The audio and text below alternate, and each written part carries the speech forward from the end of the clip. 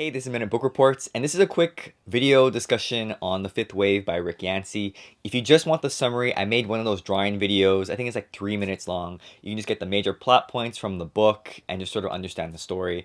But this is a video I kind of want to talk about some of the things that I noticed while I was reading that I thought were kind of interesting, and so here goes. So my background is mostly classic literature, like the old like English major type of stuff. And I'm not that comfortable with the young adult genre yet. I'm not used to a lot of the techniques or things that a lot of young adult authors try to do. And so when I picked up this book, it was kind of hard for me when it changed perspective so much. And that's not necessarily a bad thing because there are also a lot of great books that do that. And for example, like Dracula, right? Dracula changes perspective through the letters or through the journal. And so that's not necessarily the issue that was tough for me in reading this book. It was mostly the fact that changing perspective tied in with the sort of like secret on who the others were and who's an other and who is not an other and what they're trying to do. That's what made it confusing for me. I think it's because certain characters figured out who the others were and what their plan was, while other characters sort of lagged behind. So you had like Cassie, for example. She figured out, I think fairly early, that the military was like either working with the others or they were the others somehow. But then you have characters like Ben who they're sort of in the military and they're being trained and they think everything is going great. And you have characters like Sammy who red and green and trying to figure out who's sick and who's not sick. And so you're getting it from these different perspectives, but the characters are learning the story truth on who's good and who's bad at different rates. And so that's, I guess it could be interesting, but for me, as I'm trying to summarize this story, it's hard because I don't want to give away, oh, this is the secret. Like, I don't want to give it away like in the first 3 sentences and say, oh yeah, this is a book about aliens who are taking over the earth. And by the way, basically the military is the others in disguise. Like, that sort of takes away the whole plot of the rest of the story as the characters sort of develop. And so in summarizing the story and telling the story to somebody else, it's hard to find that like balance, that gradual balance and fairness on when to let like the secret out that they realize sort of what the others are actually doing. And that was a tremendous challenge. It's sort of like watching The Sixth Sense or like a Twilight Zone episode. Like, if you know what the twist is or you know the secret, then you read it or you view it differently. You're looking for certain things and it's harder to sort of like take it back.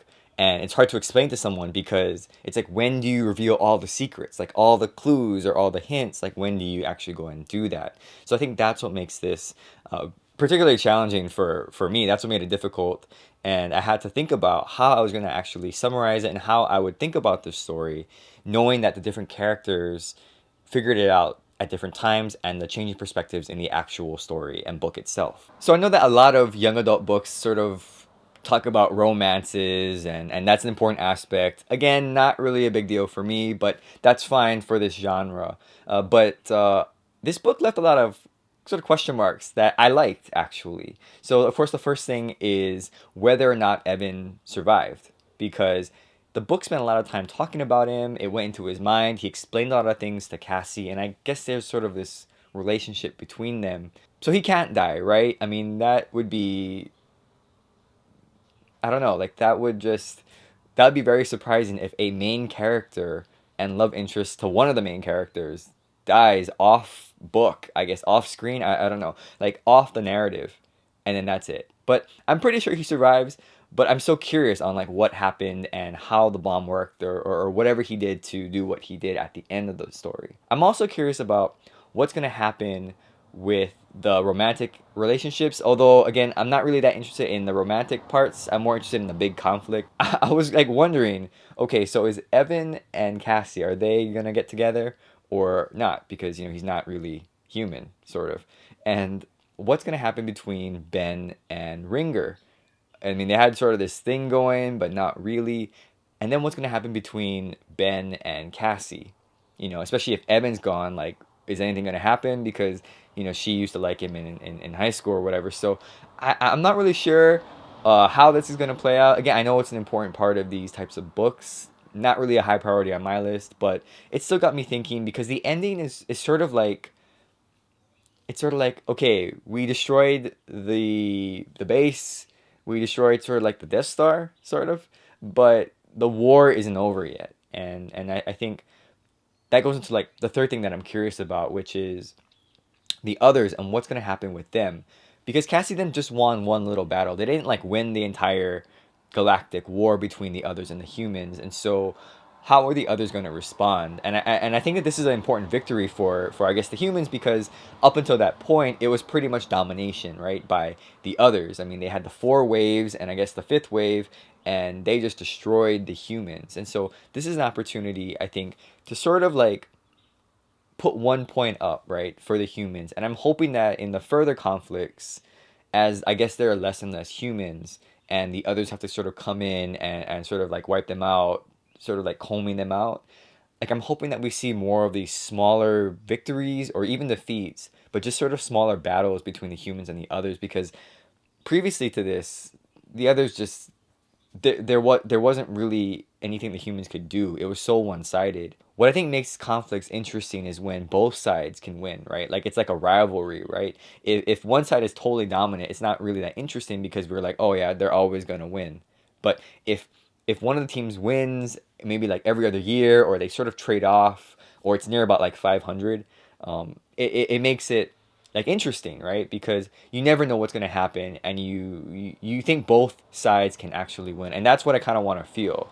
And I'm hoping that the end of the story with them sort of destroying the camp, I'm hoping that that's going to sort of bring balance. I mean, it doesn't bring balance to the four waves and just billions of people dying, but I'm hoping that's the first of several small victories, so that they'll come back and sort of equalize this conflict, where when there's going to be a battle, it could go either way, although probably the humans will win. But either way, like, at least going into it, the reader can think like, oh yeah, like, the humans actually have a chance, like a realistic chance, not just because they're the good guys, but because they actually know how to fight and they can actually defeat the others. So I don't know about you, but the most interesting character for me was Evan. And I know that the story is supposed to be about Cassie, but to me, like, her storyline, her plot, like her path is sort of like set, right? It's very, very linear to me because it's about her trying to save Sammy. Like, that's it, right?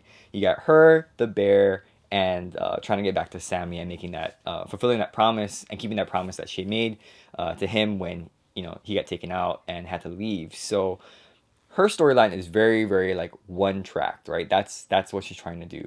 But Evan, on the other hand, he's sort of like free reign. Like, I'm not even sure what he's supposed to be doing. I guess he goes around and he kills humans, right? That's sort of his job as like a silencer. But like, his conflict is more internal. And I think when there's an internal conflict, there's no like real endpoint. Like, it's hard to know what the endpoint is. It's like, is it when he chooses sides? But then he could always switch sides later on, right? And through more reflection. And so his conflict will always be constant. So again, I'm pretty sure he's gonna survive, at least the end of book one. But like, that's why he's so interesting, because he had to negotiate between being an other and a human.